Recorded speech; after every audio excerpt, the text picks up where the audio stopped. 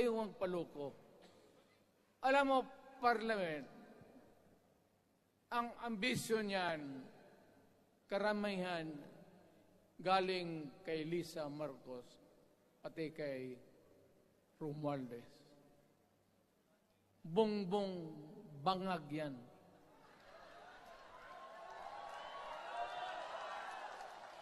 That's why, sinasabi ko na sa inyo ngayon, si Bongbong Marcos bangag noon, ngayong presidente na bangag natin ang presidente.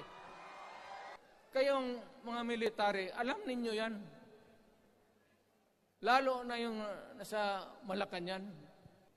May drug addict tayo na presidente. Bakit ako nagkaroon ng kaso ng ICC? Sabi nila, pinapagpatay ko raw yung mga drug